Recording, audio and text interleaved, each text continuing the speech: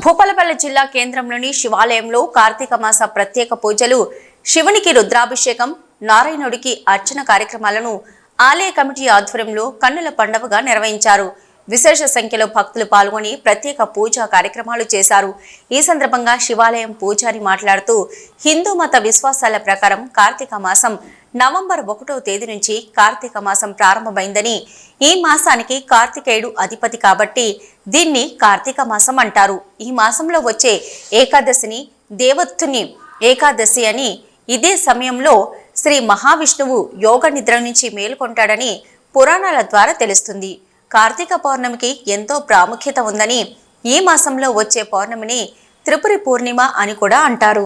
పురాణాల ప్రకారం ఈ పవిత్రమైన రోజున పరమేశ్వరుడు త్రిపురాసురుడు అనే రాక్షసుడిని మట్టుబెట్టాడు.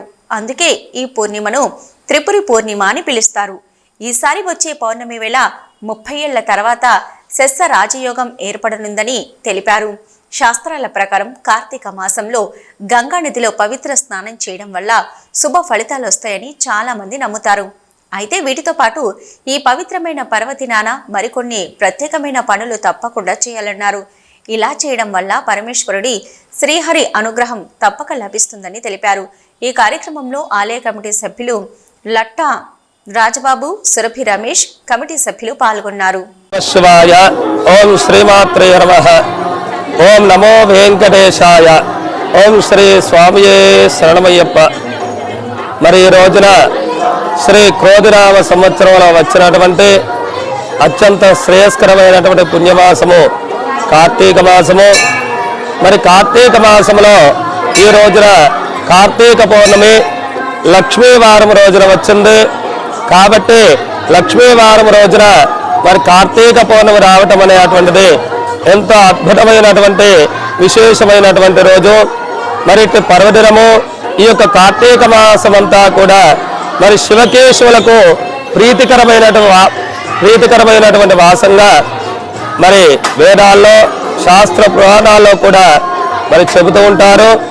మరి ఈ యొక్క శివకేశవులకు ప్రీతికరమైనటువంటి మాసం రోజున ఈ యొక్క పర్వదినాన్ని పురస్కరించుకొని మనము శివుడికి అభిషేకం చేసి మరి నారాయణుడికి అర్చన చేసి అదే విధముగా మరి కార్తీక దీపోత్సవాన్ని వెలిగించినట్లయితే మనకు గత జన్మలో పూర్వజన్మల్లో ఉన్నటువంటి సకల పాపాల నుండి కూడా పరిహారణ జరిగి మరి అజ్ఞానం అనేటువంటి చీకటిని వదిలి జ్ఞానం అనేటువంటి వెలుగుబాటులో కూడా జీవితాన్ని అద్భుతంగా ముందుకు తీసుకువెళ్లే విధముగా ఆ యొక్క శివకేశవులు ఆశీర్వదిస్తారు అనేటువంటి శాస్త్రవచనము. కాబట్టి మరి భక్తాదులందరి యొక్క శ్రేయస్సు కొరమే మన యొక్క శ్రీ కాళేశ్వర ముక్తేశ్వర పుణ్యక్షేత్రానికి అందుబాటులో ఉన్నటువంటి జయశంకర్ జిల్లా భూపాలపల్లి పట్టణ నడిబొడ్డులో ఉన్నటువంటి శ్రీ హరిహర చతుర్రూపయ్యప్ప స్వామి దేవాలయ ప్రాంగణంలో మరి సకల చరాచర జీవకోటి యొక్క శుభిక్షము కొరకై మరి దేవాలయ కమిటీ వారి యొక్క ఆధ్వర్యంలో ప్రాతకాలం నుండి 4:30 శ్రీ విశాలాక్షి సమేత సహస్రలింగేశ్వర స్వామి వారికి నమక చమక సహిత లఘున్యాసపూర్వక మహారుద్రాభిషేకాలు నిర్వర్తించడం జరిగింది. తదనంతరము భక్తాదులందరి చేత కూడా రుద్రాభిషేకములు జరిపించడం జరుగుతూ ఉంది.